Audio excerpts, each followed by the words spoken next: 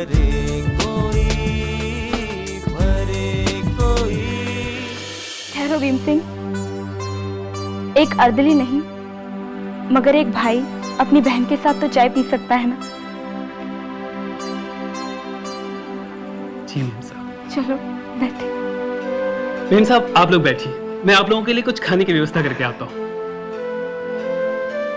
पापा, हम लोग समाज के नियमों के अनुसार रिश्ते बनाते हैं, लेकिन वो रिश्ते कभी कभी बेहद कमजोर साबित होते हैं। हम उन्हें संभालने की बेहद कोशिश करते हैं, मगर वो रिश्ते हमेशा टूटने की कगार पर आ खड़े होते हैं। और दूसरी तरफ कुछ रिश्ते ऐसे भी होते हैं जो खुद ब खुद बन जाते हैं और बेहद मजबूत साबित होते हैं। ऐसा क्यों होता है पापा, क्यों? बेटे, वैसे सभी रिश्ते मजबूत होते हैं, लेकिन यहां हमें यह देखना है कि हम इन रिश्तों को कितनी मजबूती से, कितनी ईमानदारी से निभाते हैं। वैसे रिश्ते भावनाओं की आधारशिला पर टिका कांच का पारदर्शी महल होता है, जिसे हमें गलत फहमियों के जलजले से बचाना होता है।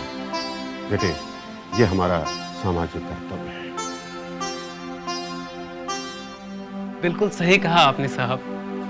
रिश्ते मंदिर में रखी मूर्ति की जैसी होती है, जिसके सिर्फ और सिर्फ पूजा की जाती है। हाँ बेटे। भीम सिंह, तुम यहाँ क्या कर रहे हो? साहब वो मेम साहब। जाओ अपना काम करो, जाओ।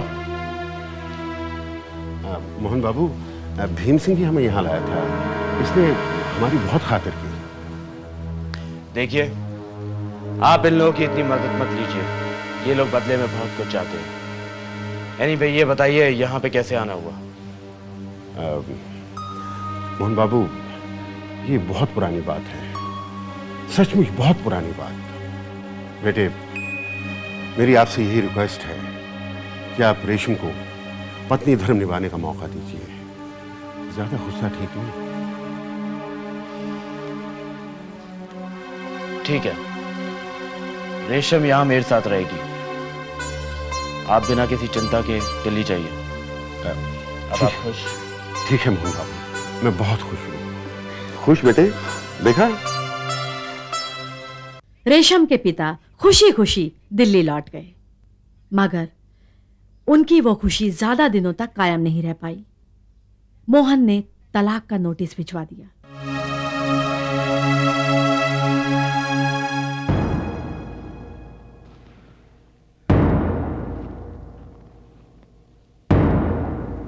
आज की कार्रवाई शुरू की जाए।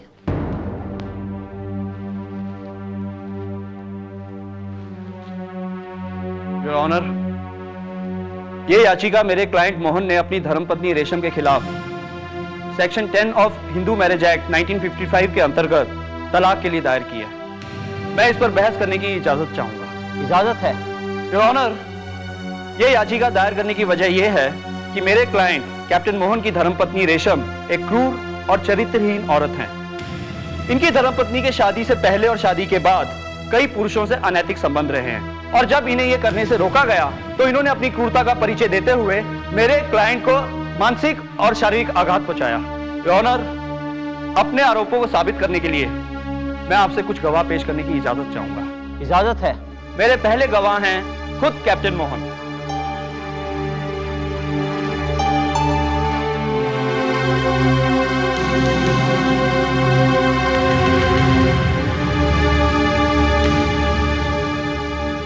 कैप्टन मोहन, सबसे पहले आप अदालत को यह बताइए कि आपकी शादी कब और किससे हुई? जी, मेरी शादी श्री गिरधारीलाल मेहता की बेटी रेशम से 19 फरवरी 1973 में दिल्ली में हिंदू रीति रिवाज के हिसाब से हुई।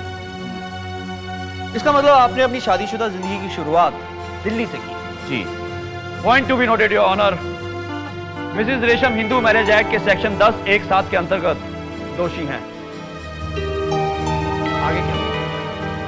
आगे रेशम अपने मम्मी पापा के साथ रहने लगी। उसने अपनी डिलीवरी भी दिल्ली में कराई। उसके रिलेशनशिप मेरे मम्मी पापा के साथ अच्छे नहीं थे। उसने गुंडों से उन्हें पिटवाने की कोशिश भी की, इसलिए मैंने उन्हें 3 बार नोटिस भी भिजवाए। योर ऑनर, वो नोटिस मैं एग्जिबिट नंबर 3, 4 और 5 के तहत अदालत में पेश करूँ। आगे क्या? उसके बाद दीमापुर में 14 जनवरी से लेकर 27 जनवरी तक रेशम मेजर पंजाबी के साथ अवैध रूप में रही, इसलिए मैंने मेजर पंजाबी को नोटिस भी भेजे। योर ऑनर, वो नोटिस भी मैं एग्जिबिट नंबर 6 के अंतर्गत अदालत में पेश करता हूँ। आगे क्या हुआ? फिर मैंने एसएचओ दीमापुर, एसएचओ राजेंद्र नगर और एसपी साउथ दिल्ली को एक चिट्ठी लिखी कि हम सबकी जान खतरे में है। योर ऑनर, वो नोटिस मैं एग्जिबिट नंबर 7, 8 और 9 के तौर पर पेश कर रहा हूँ। फिर क्या हुआ? योर ऑनर, उसके बाद मैं मेंटली डिस्टर्ब हो गया। 18 जुलाई को मैंने छुट्टी ली क्योंकि रेशम की गंदी हरकतों के कारण मैं गंभीर रूप से बीमार पड़ गया और फिर इस नतीजे पे पहुंचा कि रेशम के साथ जीना खतरनाक भी है और घातक भी। Your honour, Hindu marriage act के सेक्शन 10(1)(b) के अंतर्गत मेरा मुवक्किल और उसका पूरा परिवार रेशमा की क्रूरता का शिकार रहा है। That's all your honour. Mister Nagaraja, your witness please. Captain Mohan, मैं आपसे जो भी सवाल पूछूं प्लीज उनके जवाब सिर्फ हाँ या ना। जी। मेरा पहला सवाल, क्या यह सच है कि आप अपनी पत्नी रेशम पर इस बात के लिए लगातार दबाव डालते थे कि वो आपके साथी ऑफिसर्स के साथ बैठकर शराब या बियर पिए ताकि आप उन्हें पार्टियों में ले जा सकें? जी नहीं, बिल्कुल गलत। गलत आप हैं मिस्टर मोहन, क्योंकि आप अपनी पत्नी रेशम पर इस बात का लगातार दबाव डालते थे कि वो आपके साथियों के साथ बैठकर शराब या बियर पिए ताकि वो मॉडर्न वाइफ कहला सके। Objection your honour. मेरे फाजिल दोस्त मेरे मुवक्किल से जबरदस्ती गलत बात कबूल करवाना चाहते हैं। Objection sustained. अच्छा ये बताइए कैप्टन मोहन कि 19 मार्च 1974 के दिन, जिस दिन आपका मिजोरम जाने का प्रोग्राम था अपनी पत्नी रेशम और बच्चे बिट्टू के साथ, उस दिन आप रेशम को उसके मायके ले गए। सिर्फ रेशम को, यानी बिट्टू को जबरदस्ती घर पर रोक लिया गया और फिर आप वहां से सिंधिया हाउस किसी काम से ये कहकर चले गए कि अगर मैं शाम तक ना लौटूं तो रेशम सीधी रेलवे स्टेशन पर पहुंच जाए। सही या गलत? बिल्कुल गलत। रेशम पहले से ही बिट्टू को अपने मम्मी पापा के घर लेके चली गई थी। 19 मार्च 1974 को उसने मुझे उसे ले जाने के लिए कहा था, लेकिन क्योंकि मेरे संबंध उसके घर वालों के साथ अच्छे नहीं है, इसलिए मैंने रेशम से कहा कि तुम सीधे रेलवे स्टेशन पहुंच जाओ। लेकिन वो रेलवे स्टेशन पहुंची नहीं, इसलिए मैंने उसकी टिकट रिटर्न कर दी और फिर अगले दिन मुझे पता चला कि रेशम ने बिट्टू को हमारे घर छोड़ दिया। मगर हमारा मानना यह है मिस्टर मोहन कि आप उस दिन रेलवे स्टेशन पहुंचे ही नहीं, जबकि रेशम अपने भाई सुशील के साथ वहां आपका इंतजार करती रही। देखिए, रेशम 7:20 तक रेलवे स्टेशन नहीं पहुंची, इसलिए मैं अकेला गुवाहाटी मेल से मिजोरम निकल गया। Point to be noted your honour. Captain Mohan के बयान के मुताबिक उस रोज गुवाहाटी मेल अपने सही डिपार्चर टाइम यानी शाम के 7:20 पर छूटी, जबकि रेलवे रिकॉर्ड्स के मुताबिक उस दिन गुवाहाटी मेल करीब 3 घंटे लेट यानी रात को 10:10 पर छूटी।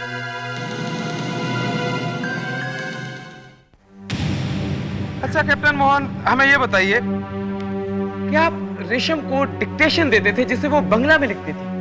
जी हाँ। आपको बंगला आती है? जी नहीं। तो आप कैसे जान पाते थे कि वो सही लिख रही है या गलत? जी, मैं अपने दोस्त चक्रवर्ती की मदद लिया करता था। आप अपने दोस्त की मदद लेते थे। अच्छा कैप्टन मोहन, आपके पिता सेवाराम जी ने आपको कुछ खत लिखे थे रेशम के गलत चाल चलन के बारे में। क्या वो खत आप अदालत में पेश कर सकते हैं? जी, वो खत मैंने फेंक दिए। आपने वो खत फेंक दिए? मगर क्यों? क्योंकि मैंने उन खत को रखना जरूरी नहीं समझा। आपने वो खत रखना जरूरी नहीं समझा? अच्छा ये बताइए कि भीम सिंह अर्दली आपकी शादी से पहले और बाद में भी कम से कम रेशम के मिजोरम में रहने तक आपका अर्दली ही रहा? जी हाँ। ये भीम सिंह क्या 24 घंटे आपके साथ रहता था? जी, सुबह से रात तक रहता था, फिर अपने क्वार्टर्स चला जाता था। आपने अभी अभी बयान दिया है कि एक दिन रेशम नशे की हालत में मेजर पंजाबी के साथ पलंग पर पड़ी थी। ड्राइंग रूम में बियर और शराब की बोतलें पड़ी। अब सवाल ये उठता है कि देर रात तक आपके क्वार्टर पर रहने वाला अर्दली उस वक्त कहां था? और ये भी कि रेशम की इतनी हिम्मत कैसे हो गई कि अर्दली की मौजूदगी में वो नशे की हालत में किसी गैर मर्द की बाहों में चली जाए? आपने अपने अर्दली से कुछ पूछा क्यों नहीं, या फिर अर्दली ने आपको कुछ बताया क्यों नहीं? देखिए, रेशम और अर्दली भीम सिंह के संबंध ठीक नहीं थे। ठीक नहीं थे से आपका क्या मतलब? जी, मेरे कहने का यह मतलब है कि रेशम और अर्दली भीम सिंह के बीच नाजायज संबंध थे। मैंने जब अर्दली को काम से निकाला, फिर भी वो आके रेशम से मिलता रहता था। मैंने उन दोनों को रंगे हाथों पकड़ा है। रंगे हाथों पकड़ा? सिर्फ बात करते हैं या और भी कुछ? बात करते। सिर्फ बात करते। अच्छा कैप्टन मोहन, ये सोच के बताइए हमें कि 22 जनवरी 1975 से लेकर 27 जनवरी 1975 के बीच आप कहां थे? यहां मैं आपको याद दिला सकता हूं कि 21 जनवरी 1975 के दिन आप अपनी पेट्रोल ड्यूटी खत्म करके वापस आए। जी हाँ, मुझे याद आ गया। तो जाहिर है कि 22 जनवरी से 27 जनवरी के बीच आप अपने क्वार्टर पर ही रहे होंगे। जी हाँ। Point to be noted your honour. Captain Mohan के बयान के मुताबिक 22 जनवरी से 27 जनवरी के बीच ये अपने क्वार्टर पर ही मौजूद थे, जबकि अभी अभी इन्होंने बयान दिया था कि इनकी पत्नी रेशम उसी दौरान मेजर पंजाबी के साथ उसके घर पर रही। क्या इनके जैसा गैरतमंद पति ये बात बर्दाश्त कर सकता है? और ये भी कि मेजर पंजाबी को इतना भी ख्याल नहीं अपने स्टेटस का, अपनी पोजीशन का, कि वो अपने साथी ऑफिसर की पत्नी को अपने घर पर रखे। That's all, Your Honor. ये अदालत कल तक के लिए मुलतवी की जाती है।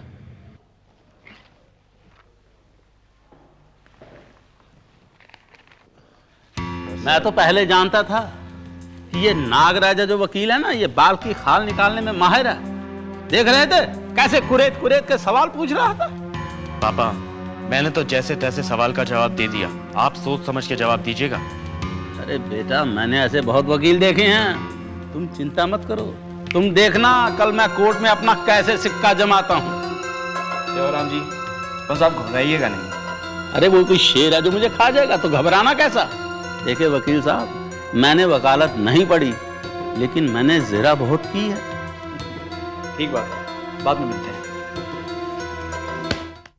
हालात इंसान को ऐसे चौराहे पर लाकर खड़ा कर देते हैं जहां आकर इंसान बेबस और मजबूर हो जाता है। भाग्य भी क्या क्या खेल दिखाता है जिसकी कल्पना इंसान कर ही नहीं पाता। रेशम की जिंदगी में भी ऐसा ही घिनौना खेल शुरू हो चुका है। अदालत में आरोपों और प्रतिरोपों का सिलसिला। आज की कार्रवाई शुरू की जाए। योर ऑनर, मेरे अगले गवाह हैं पिटिशनर मोहन के पिताजी सेवाराम जी। आइए सेवाराम जी। सेवाराम जी, सबसे पहले आप अदालत को यह बताइए कि मोहन और रेशम की शादी किस तरह की शादी? बिना दहेज की अरेंज मैरिज, यानी शादी से पहले हम लड़के वालों ने लड़की वालों से कोई डिमांड नहीं रखी। Very good Sewaram. तो फिर शादी के बाद आपको रेशम के चरित्र पर शक कैसे हुआ? अब दूध के पांव तो पालने में ही दिखाई दे देते। हुआ क्या कि जब मुझे ये थोड़ा शक हुआ कि इसका वेद प्रकाश से मिलना जुलना है, बस मेरा वही शक ही इसकी बुनियाद थी। वकील साहब, कोई पारिवारिक संबंध ना होते हुए वेद प्रकाश सगाई और शादी में अपने आप को बहुत ज्यादा शो कर रहा था। उसके बाद जब मोहन और रेशम आसाम के लिए रवाना हुए तो रेलवे स्टेशन पर ये वेद प्रकाश जी वहां उन्हें छोड़ने आए, विदा करने आए। और जैसे ही ट्रेन छूटी, रेशम और वेद प्रकाश की आंखों में जुदाई का गम था। तो आप रेशम के चरित्र पर शक सिर्फ इसी आधार पर कर रहे हैं या आपके पास कोई और भी सबूत है? नहीं नहीं वकील साहब, हमारे पास तो ठोस सबूत हैं। रेशम के शादी से पहले अवैध संबंध थे।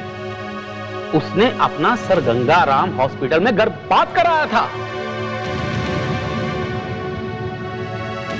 आगे क्या? आगे क्या होना था वकील साहब, हम शरीफ लोगों की तो नाक कट गई, लेकिन हमें वेद प्रकाश और रेशम की कहानी समझ में आ गई। तो मैंने मोहन को एक चिट्ठी भेजी, लेकिन रेशम ने वो चिट्ठी मोहन तक पहुंचने नहीं दी। फिर उसके बाद मैंने मोहन को दूसरा खत लिखा, तो जाके मेरे बेटे मोहन को हकीकत का पता चला। बच्चा होने के बाद मोहन ने अपनी पत्नी को निर्देश दिया कि अब वो अपने ससुराल में ही रहे, लेकिन रेशम ने उसकी बात नहीं मानी और अपने मायके में रहना पसंद किया।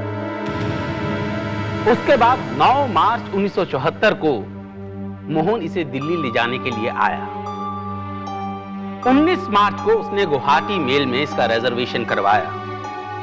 वकील साहब, सुनने वाली बात यह है कि 19 मार्च की सुबह को रेशम हमारे घर में आती है, बच्चा छोड़ के जाती है और कहती है कि मैं अपने मायके जाऊंगी, अपने माँ बाप के पास रहूंगी, मैं आसाम नहीं जाऊंगी। उसके बाद 20 और 21 मार्च को मोहन इसको मनाने के लिए इसके घर गया। लेकिन मेरे बेटे को बेइज्जत करके घर से बाहर निकाल दिया। वकील साहब, उसके बाद 7 अप्रैल 1974 को रेशम का बाप 6-7 गुंडों के साथ हमारे घर में आता है और मेरी पत्नी के साथ मारपीट करते हैं।